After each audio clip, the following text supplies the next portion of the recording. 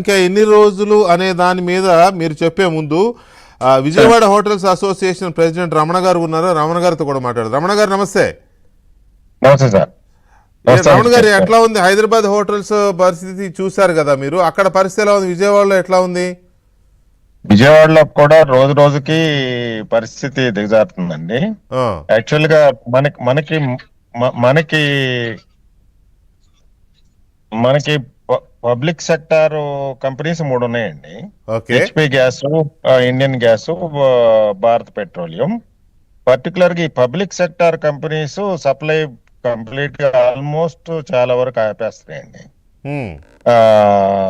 Private sector companies మనకి super gas అని ఇట్లా 2-3 కంపెనీలు ప్రైవేట్ సెక్టార్ లో ఉన్నాయి. వాళ్ళు కొంతవరకు సప్లై చేస్తున్నారు.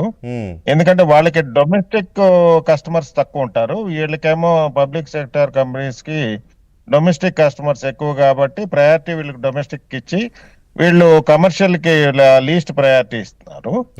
సో ప్రైవేట్ సెక్టార్ మీద ఆధారపడిన రెస్టారెంట్లు కొంతవరకు కంఫర్టబుల్ గా ఉన్నారు.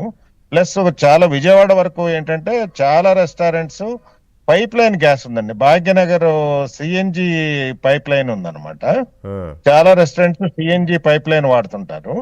ఆ సిఎన్జి సప్లై ఇప్పటి వరకు అయితే ప్రాబ్లం లేదండి. యాక్చువల్ గా అది నేచురల్ గ్యాస్ మనకు లోకల్ గానే తయారవుతుంది కాబట్టి అది కూడా ఏంటంటే 80% మించి వాడద్దు. మీరు ఇంతకు ముందు వాడిన దానికన్నా కన్జంప్షన్ 80% కనుక మించితే మేము పెనాల్టీ వేస్తామని చెప్పి వాళ్ళు కూడా సిఎన్జి వాళ్ళు కూడా అందరికి ఇంటి నోటీస్ ఇచ్చారండి.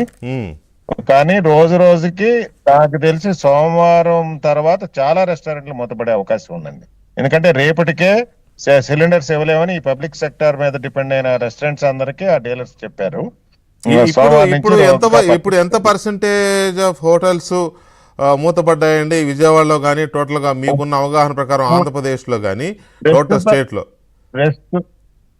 ప్రస్తుత పరిస్థితుల్లో అయితే నాకు తెలిసి 10-15% కన్నా ఇంకా మూతపడలేదండి ఇక్కడ. మనకి దక్షిణాది రాష్ట్రాల్లో చూసుకుంటే ఆంధ్రప్రదేశ్ పరిస్థితి చాలా మెరుగ్గా ఉన్నట్టే. మన ప్రభుత్వం యొక్క తీసుకున్న చర్యల వల్ల గానీ ఏదన్నా గానీ ఆంధ్రప్రదేశ్ లో సరఫరా పరిస్థితి ప్రస్తుతం వరకు అయితే మెరుగ్గా ఉన్నట్టే అనిపిస్తుంది. అది చెన్నై లాంటి సిటీల్లో 50% రెస్టారెంట్స్ క్లోజ్ అయిపోయినాయండి.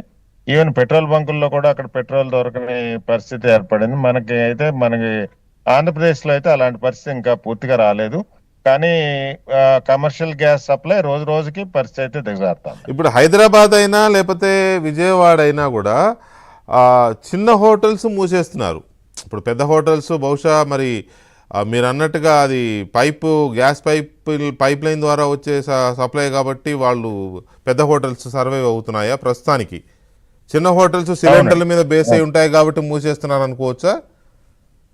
అంటే చిన్న గ్యాస్ హోటల్స్ అంటే ఈ ఏదైతే పబ్లిక్ సెక్టార్ దగ్గర గ్యాస్ డ్రా చేసే సిలిండర్స్ తీసుకునే అదే అంటున్నాను, నేను కూడా అదే అంటున్నాను.